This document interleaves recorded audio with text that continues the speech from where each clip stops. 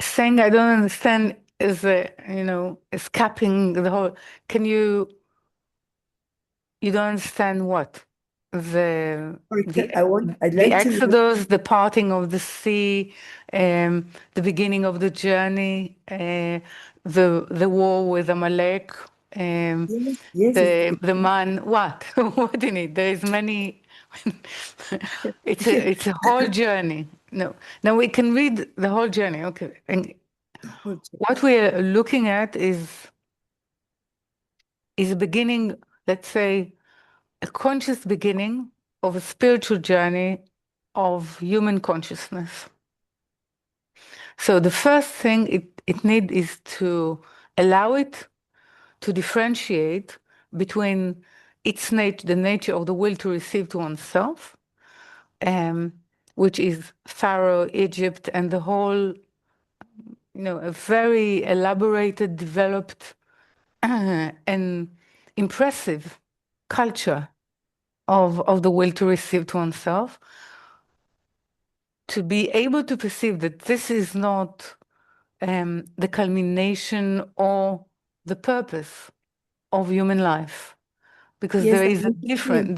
different purpose and a different revelation. We go through, let's say, the 10 plagues or strikes, I would call them, in order to allow something to be freed.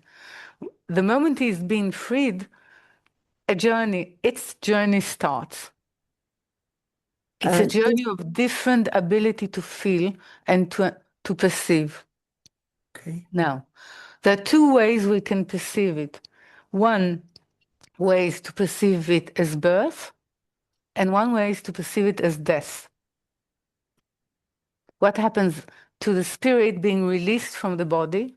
This is to understand it as death. Something is being born into perceiving different world, is being sort of pushed out of control, which was Egypt, into a different world. This is to perceive it as a birth. Both of them start the journey, and this is what happens. And there is a moment of revelation, which means that the journey cannot start without at least perception of its goal, of its destiny. Yeah, and from there on, it's dystinic, because what they see is actually what they are able to become, what they will be able to perceive.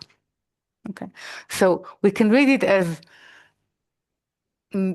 the spirit being freed from the coercedness and control of the body, so it's death, and it's being born into ability to grow into a different world as birth. So this is why it's difficult, because it speaks in terms of those two perceptions, in which in corporeal terms we understand them as opposition. In spiritual terms, they become one. There is one thing that I want to say as you speak. Um, there was a question about Egypt from an Israeli student, and you had this conversation.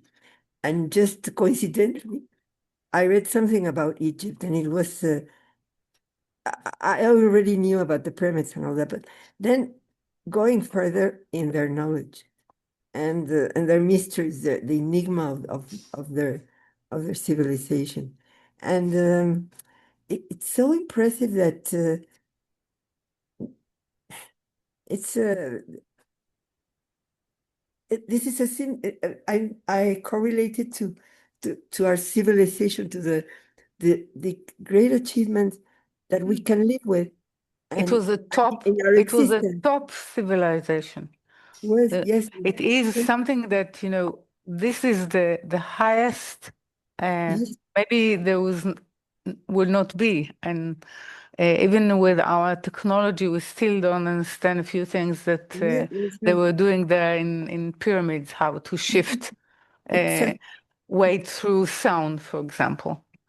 many things that has to do with the mystery of knowledge that was available to this, but it sort of more and more um, locked them into death, meaning in terms of Kabbalistic understanding, is in terms of actually the power of them trying to take control actually rejected more and more the ability of actually performing within the purpose and the plan of the Creator.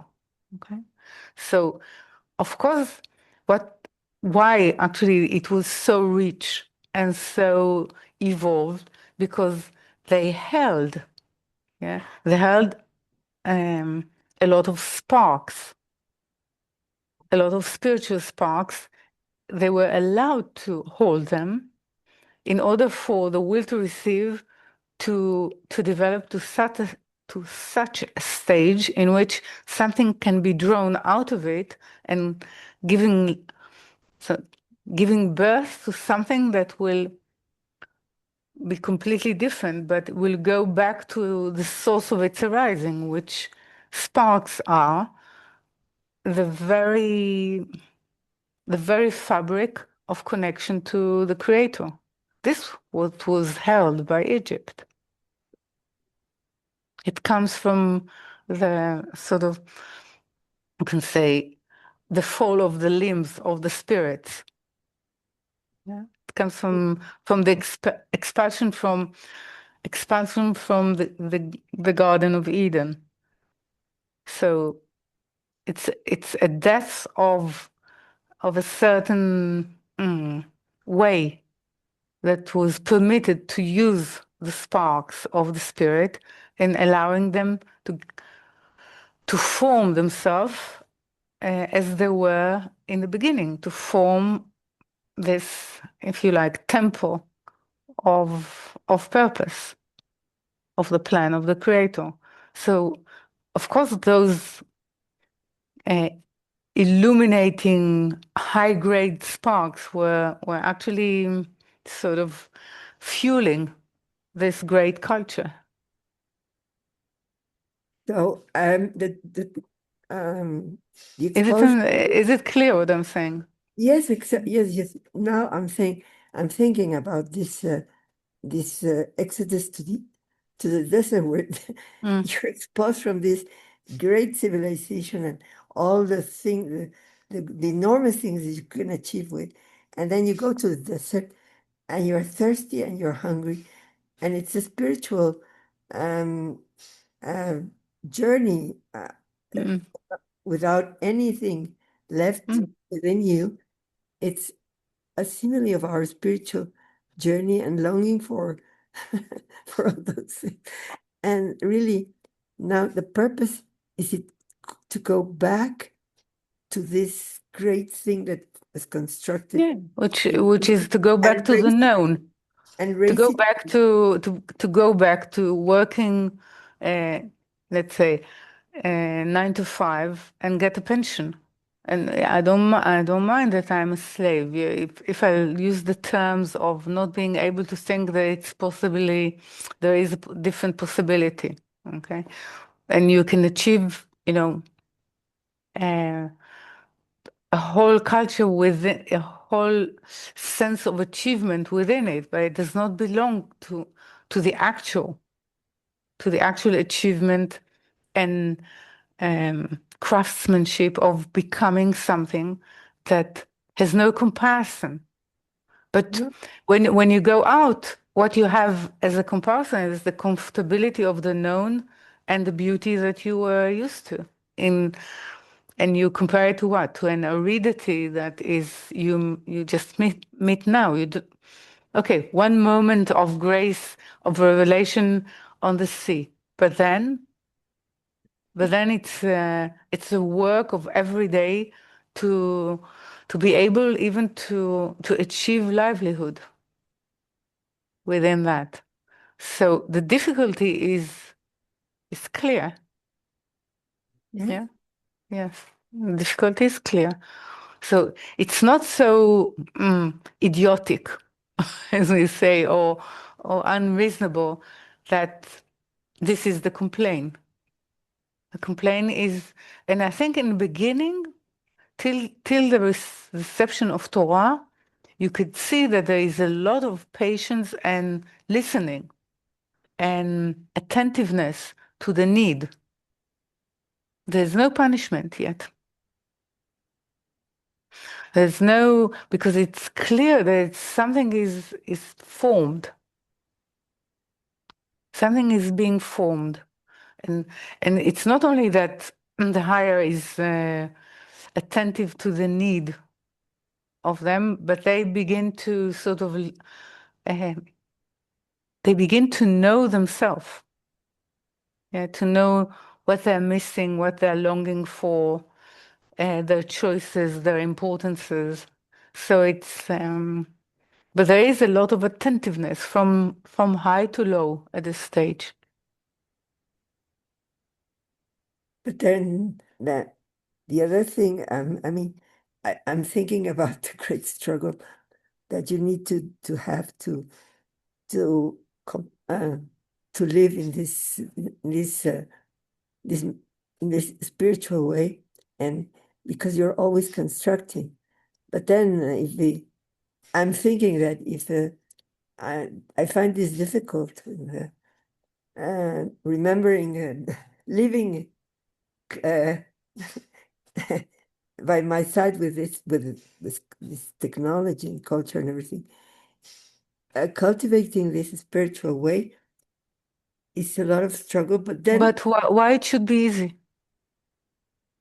I know, but I'm going to tell you, no, it's not easy. But then I look back at the ruins of Egypt, and then I say, well, But well, I'm saying I want to remind us something that as we read it, it's yeah, not reading about them; it's reading about us. yes, I know, Yeah. but So everything that what is you're saying material is gets yes, there is destroyed. a difficulty, but in the beginning, as I said, in the beginning of each stage, definitely, I don't know how long the higher consider beginning. Maybe 20 years, 40, I don't know, maybe 1 minute. In time, what is the terms of time? But taking away time, there is a lot of attentive um, intention uh, to the need of actually being able to transform from there is a lot of help is being offered if we ask. So it's a question of asking. So in the beginning, we ask through complaint. Then we learn to hide the complaint. Then complaint becomes um, something that is becoming an hindrance, a stop, a, a stop situation for ourselves in order to that does not allow us to move.